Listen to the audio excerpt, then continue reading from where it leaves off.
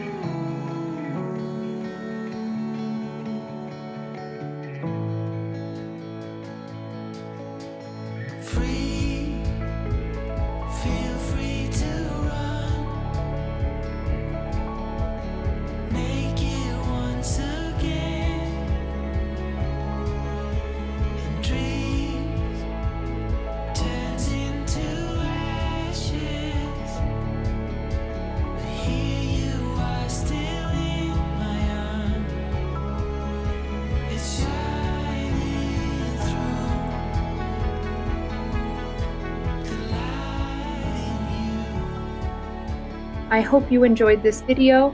Let me know which of the three was your favorite neutral tint. And if you would like to see more painting videos and more reviews, let me know in the comments below. I have lots more paints that I would like to review and take a look at. Thanks so much for watching. Don't forget to like and subscribe to this channel and hit the bell so you can be notified when I post new and upcoming videos. I hope you guys have a wonderful day and keep on painting.